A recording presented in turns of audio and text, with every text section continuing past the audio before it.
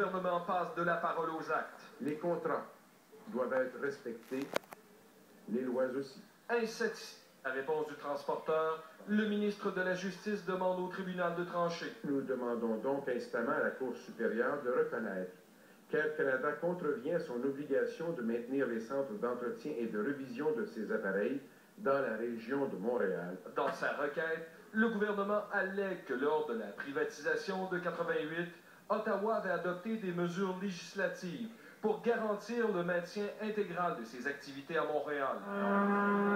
5 semaines après la fermeture d'Aveos, les travailleurs qui ont manifesté à Montréal applaudissent, mais ont une toute autre préoccupation. On n'a pas de salaire, pas de relevé d'emploi. Le chômage n'arrive pas, il n'y a rien qui arrive. Ça peut être long. Il y a du monde qui crève dans la rue aujourd'hui, là. Ça fait 5 semaines qu'ils n'ont pas de salaire.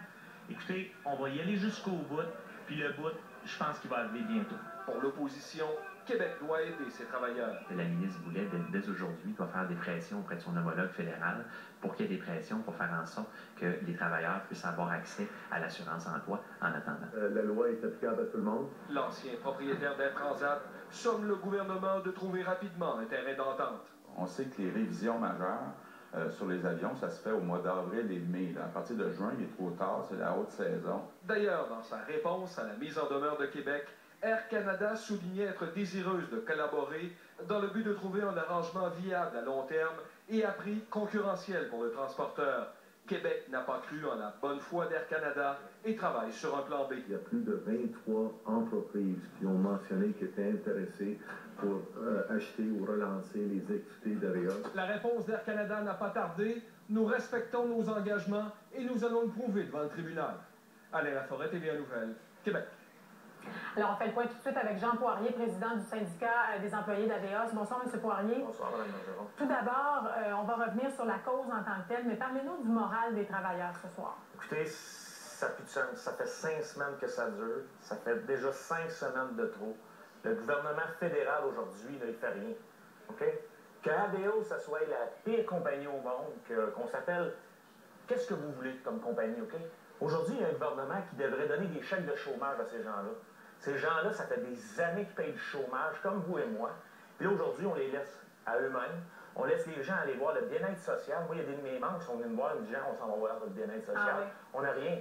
Ils remettent des clés. J'ai des familles qui rentrent dans mon bureau. J'ai des gens qui viennent me dire, je fais faillite demain matin. Écoutez, là, que le gouvernement se réveille, là. On a parlé avec la ministre Ray, OK, hier, à son attaché politique, puis il regarde ça. Arrêtez de regarder puis payer, là. OK? Parce que les comptes n'attendent pas. Les comptes n'attendent pas. Qui peut vivre aujourd'hui, excusez-moi, dans le monde qu'on vit, sans paye pendant 5 semaines?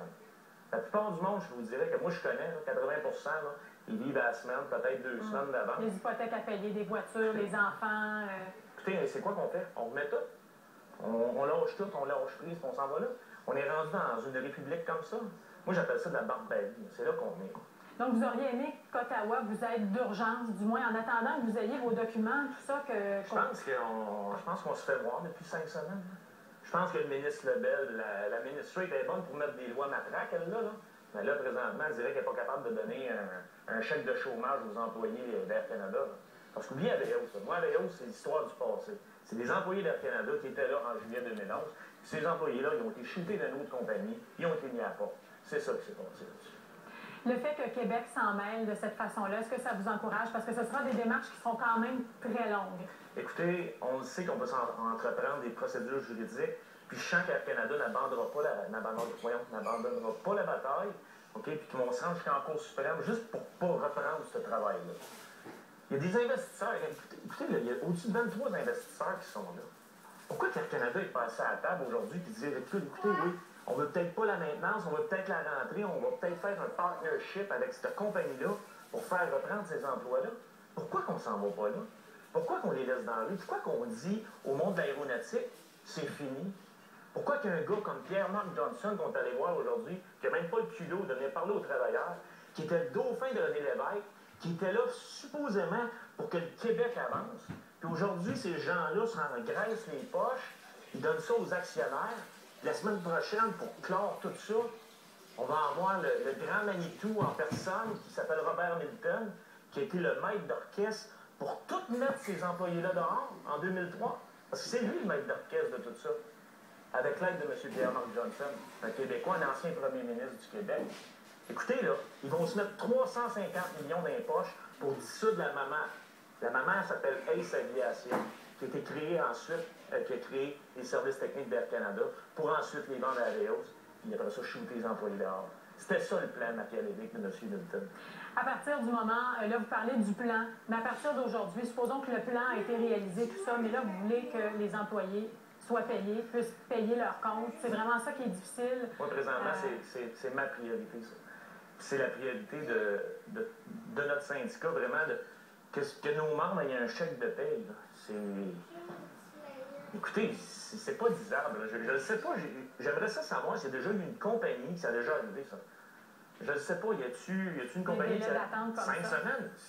D'habitude, c'est un 2 semaines d'attente, tu te fais mettre dehors, une mise à pied normale. Mais là, ils n'ont même pas le relevé d'emploi. Écoutez, là, donc, c'est un autre délai après. C'est une claque après l'autre. On dit que les employés vont être payés le 21 avril. C'est la date qu'ils sont supposés être payés. Fait que les gens regardent leur slip de paye. Sur le slip de paye, bon, il y a 101 heures d'overtime qu'ADO se le doit. Exemple, je vous donne un exemple de slip de paye. 101 heures d'overtime, 2 semaines de salaire, plus ils ont 4%. Personne ne regarde sa slip de paye. En bas, il est marqué 141 $. Ça veut dire quoi, ça? Tu me dois 101 heures d'overtime, tu me dois 2 semaines de salaire. Là, ils ont fait toutes sortes de calculs avec des négatifs. Puis en fin de compte, le gars, le 21 avril, va avoir 141 $. Pourquoi? Écoutez, on pose des questions. Pourquoi? Tous ces dossiers-là, présentement, on a remis ça dans les mains de nos avocats. On va retourner voir le juge de liquidation. On va dire, hey, Adeos, là, ils sont sales. Mais là, ça, c'est très, très sale. Qu'est-ce qui se passe, là? Fait que là, la ministre Rate, là, qu'elle donne des chèques de chômage. Qu'Adeos fasse qu'est-ce qu'ils ont à faire, là, présentement. On va aller se battre au niveau des tribunaux, c'est correct. Mais ça là, on a un gouvernement qui met les chèques de chômage tout de suite. Merci, M. Poirier. De rien.